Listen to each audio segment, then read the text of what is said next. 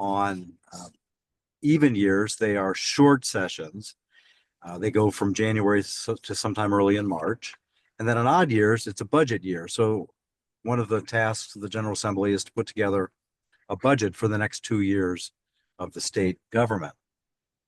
So this year, 2025, we got done with a very long session. I think it went till April 29th. It started like January 2nd or something like that. So we try to be active, obviously, during the session, following bills, talking to legislators, trying to influence decision making. And I'll get back to that in a second. But what we do the rest of the year is think about and hone our own legislative policies and statewide policies that might not require legislative action. And part of doing that is what I did today. I had 5 scheduled meetings with legislators, some virtual, some in person in Indianapolis.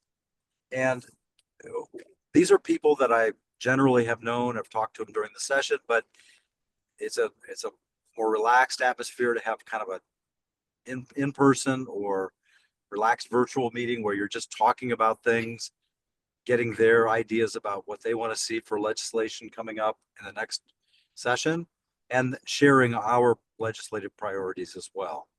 So that's what I did today with a couple of senators, a couple of representatives, and they really like it.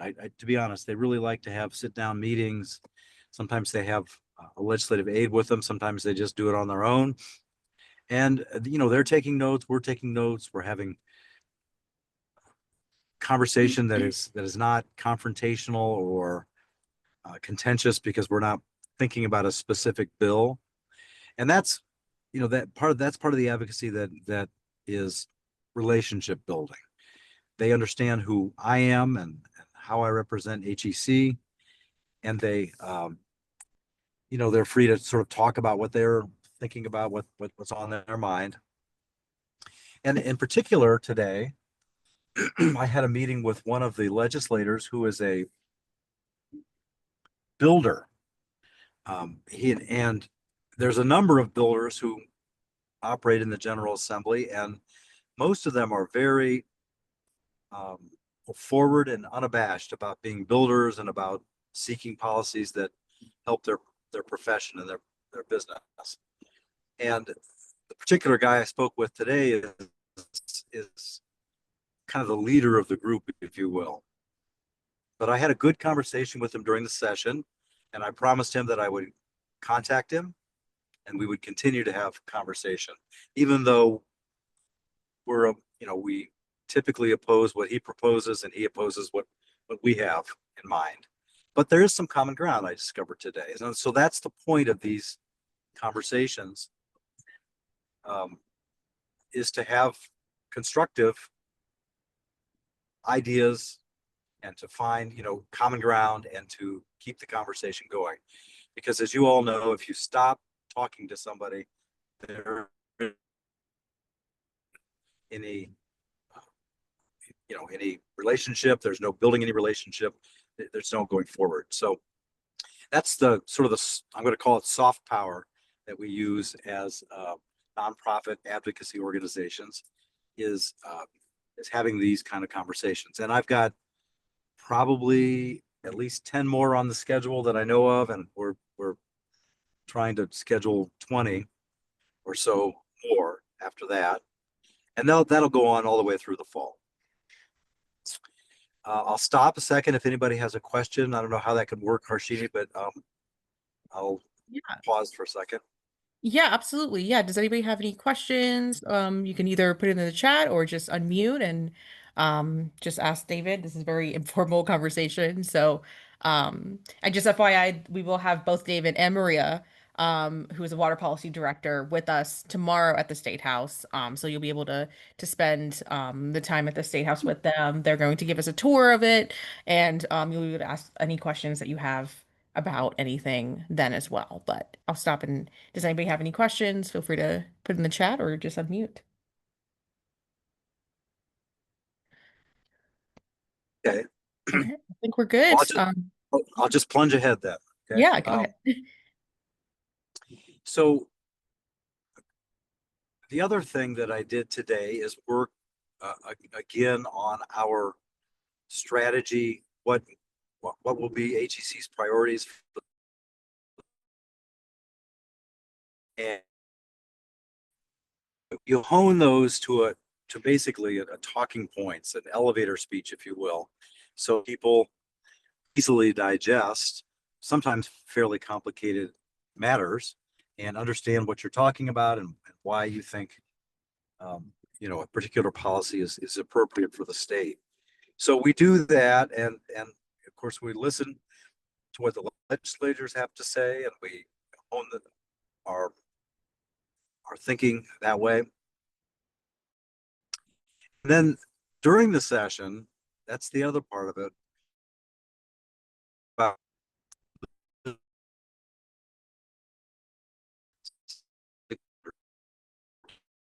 that basic.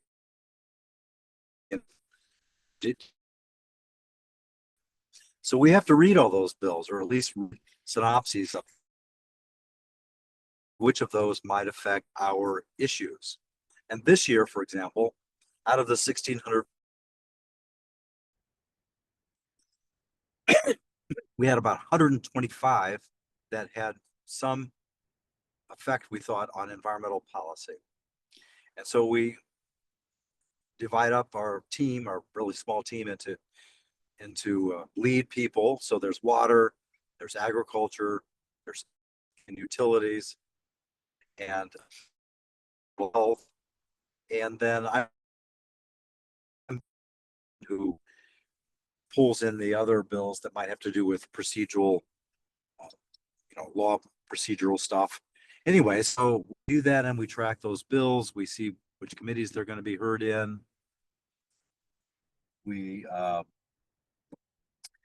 start talking to the members of the committee in which those bills will be first heard. When a bill is filed, it's immediately assigned to a committee based on its topic. And when that happens, then we know which committee, we know when it's going to be scheduled. Where the bill do know what on, and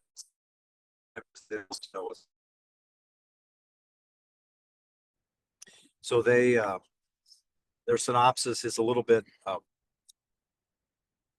Sorry, I'm trying to drive here. I'm trying not to die.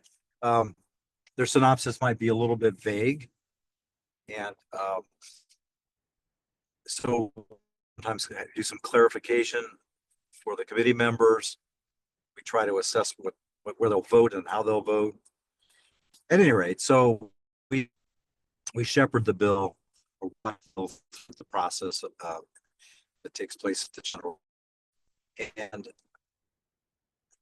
I can tell you, because we have a super majority in both houses, very few bills authored by Democrats ever see the light of day. All the committee, and so it's very rare that we can get a Democrat authored bill even heard in committee, let alone across the finish line at the end of the session. But we strive mightily. We work a lot with people like Harshini, voters, Great Lakes Audubon, Indiana Wildlife Federation. Those are our principal allies, also including the Nature Conservancy. So quite often we have a orchestrated strategy with our allies. We'll recruit experts from industry or from engineering firms, for example, to testify about either or against a bill. So we're doing all that during the legislative session, trying to defeat bad bills and improve or pass good bills. So those are the sort of the fundamentals, I'm going to say, of our legislative advocacy work. A lot of preparation, a lot of calls, meetings, sometimes scheduled, sometimes just happenstance in the hallways. I've discovered it's kind of fun actually to do these things and to have these conversations with legislators who, despite ideological issues that I might have a disagreement on, are generally well-meaning and are able to listen. And they might tell you they think you're full of it or you're wrong, but they'll at least listen and you'll know where they stand. Very rarely do I have a situation where somebody just out and out tells me something that's not true. Like, I'm going to vote for the bill and then they don't. Usually they're pretty straightforward and upfront.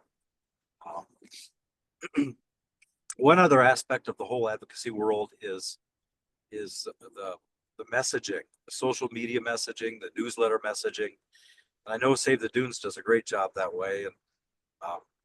And HEC also is quite skilled at boiling down some complicated things and giving the message out to people and asking for very clear action, like call your senator, call your representative, oppose this bill. Here's the reasons why.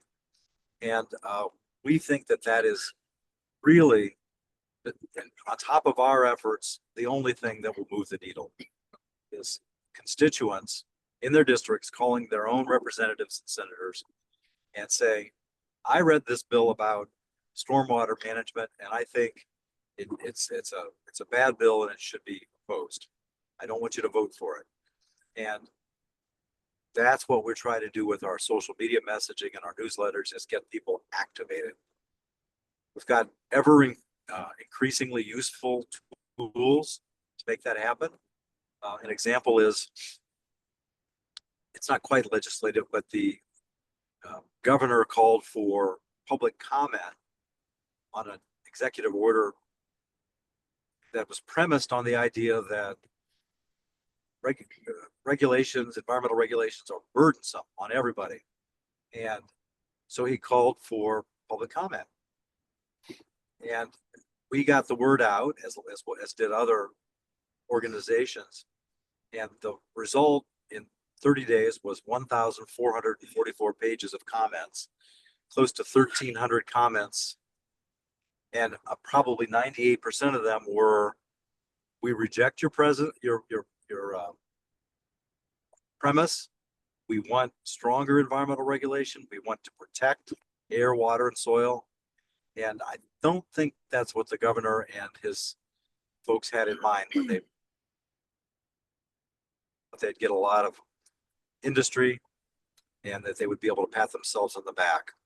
And that's just not what happened. So the strength of social media is really present and it's increasing. So there again, I'll stop and ask if there's any questions or any comments. Yeah, no, thank you, David. And just as David was mentioning, this is something that the Governor Braun recently had an executive order on, as he mentioned. So not only did HEC join, but also Save the Dunes, Conservation Law Center. A lot of us basically responded saying that we really, in Indiana especially, need more stringent regulations, especially with a lot of the heavy industry. As many of you know, in Northwest Indiana, we have a heavy presence of industry. And so it was really kind of heartwarming and encouraging to see so many individuals and organizations come and respond during the public comment process, responding directly to the governor, but also to this item, public comment, saying, no, we need more, not less. So that's a great reason to kind of keep it up, to keep responding, especially if there's public comments. It's such a great time to get involved and express your opinion. David, I was wondering, so we're on your bill watch list right now, and so I'm wondering if there's maybe one or two different state bills that you maybe wanted to talk about and just explain how HEC was a really big role in that, and also any successes or wins, or sorry, successes or losses during the 2025 state session that would kind of or maybe significant, or things that we should keep in mind going into the 2026 session. Yeah, well, I think one win was it's SB 211. Now it's Senate Enrolled Act 211. And that was to allow the use of Clean Indiana funds by local soil and water districts to help eradicate invasive plant species in their areas. Invasive plants obviously can be very damaging to the ecology of a region, and there's just never enough manpower or money to work on that problem. So there's a fund that's been established years ago. It's called the Clean Indiana Fund. But up until this legislation, which passed and which was supported by most conservation groups, there wasn't enough money uh, for these soil and water conservation districts to use and help clean up invasives. So that's one success. Probably the most notable defeat is this House Bill 1037, and that was the bill that basically ended the ended the ability of local government to, sorry, I'm just parking my car here a second, local government to regulate stormwater runoff, regulate stormwater management. So that's a problem because that means builders of either houses or commercial buildings on 1 acre or less would have zero controls over what they did as they pushed the dirt around, whether they had to have silt fences or drainage plan, that kind of thing. So this bill was introduced by the builders because they think it's too expensive for them to have to put up silt fences or to come up with a plan, a stormwater runoff management plan. So that's one that we worked really super hard on. We got 9 Republican senators to vote against it, but that wasn't quite enough. We needed 16, and we weren't able to get 16. So so that was one that was, I think you probably can see that one on the screen there, Harshini. Yes, absolutely. Yep, we're on your bill watch list. So yep, they're looking at 1037 right now. Yeah. So one thing that we hear all the time is that people look at that bill watch list continuously. You know, they really rely on it to tell them what's happening. And Yeah, Dave, wrap it up. so, you know, and then they sometimes call us and ask questions about what am I supposed to do here, clarify it.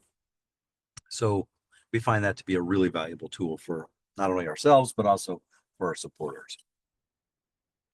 And as you might tell, I'm sort of running out of voice here. No, no, you're totally fine. Thank you so much. Does anybody have any questions for David? I don't want to keep you too much. I know you're probably on the run, so we can kind of end it here. But if you have any final words for our cohort, would love to hear them. Thanks for taking the time out of your busy schedule to talk to us. No, and thanks for inviting me. I really look forward to meeting everybody tomorrow and maybe going a little bit more in depth on some of these issues or getting your questions as we walk around the State House. I have an intern this year at HEC, and we were at the State House a couple weeks ago, and she had never been there. She's a graduate student at IU, lives up in Crown Point or Granger, I think, and she had never been to the State House before. So if you haven't done that yet, you're in for a treat tomorrow. Absolutely. Yeah, so I will let you go. Thank you so much, David. Does anybody have any questions before he leaves? We will, of course, as you mentioned, be spending a lot of time with him tomorrow. So, if you guys have any questions for him, you can leave it for tomorrow. But does anybody have any questions before we sign off today about anything he just talked about? Feel free to either unmute or put it in the chat.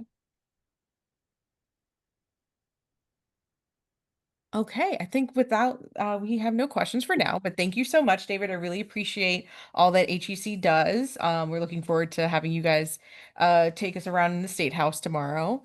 So I will let you go now, and I will thank everybody for joining us today. Sorry for all the technical difficulties. It's, there's a lot of power outages and everything, so it's always something in Northwest Indiana. It keeps us on our toes. So without further ado, Right. let everyone go. Okay, Say thank you so great. much, Well, David, again, and we'll all we'll right. reconvene tomorrow. All right. We'll see you then. Take care. Awesome. Thank you, everyone. Bye. Are you off? Yes.